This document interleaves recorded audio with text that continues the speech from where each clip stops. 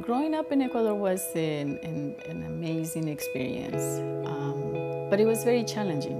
We were very poor and we were homeless at times, but as a family, we put all our belongings in a couple of suitcases. And with my family, we move on to have a new life. A whole lot of expectations.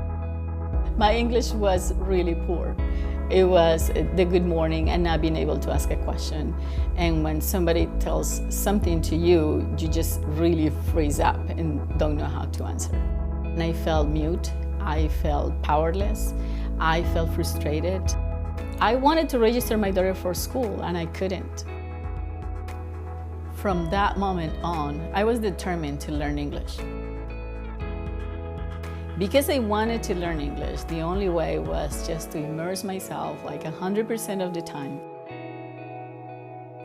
Today, I'm fully fluent in English. Actually, I am an English teacher. The way to learn a language quickly is through immersion. And by immersion, I mean spending 4 more hours a day using the language in real life, in conversations and listening to the radio and watching television and writing and reading, really using the language in your day-to-day life. That's immersion. And immersion is by far the fastest way to learn any language. So when I came to the United States and I knew that I needed to immerse myself in order to learn English, all that I had to do was to switch from one language to the other. And I started listening to music in English only. Radio and music were powerful tools that I used to improve my English and my pronunciation as well. And in the meantime, I was having fun because I really love music. Comes to a point in a life of a person that wants to learn English that needs to make a decision. And the decision needs to come in, do I want to learn English today? And now they have to decide how to do it. And all that they have to do is everything that they do, instead of doing it in Spanish or in any other language, they do it in English. So they go to the movies and you will be practicing your English. You listen to music, well, you love listening to music anyways, but in this case it's going to be in English. Watching TV, studying, all those things I did in English. Learning a language is a lot like trying to learn how to play soccer. It's something where you have to spend hours practicing and scrimmaging and playing in games if you want to learn the game. And the same thing is true of language. You have to get out there. You have to get off the sidelines and actually start using the language in everyday life.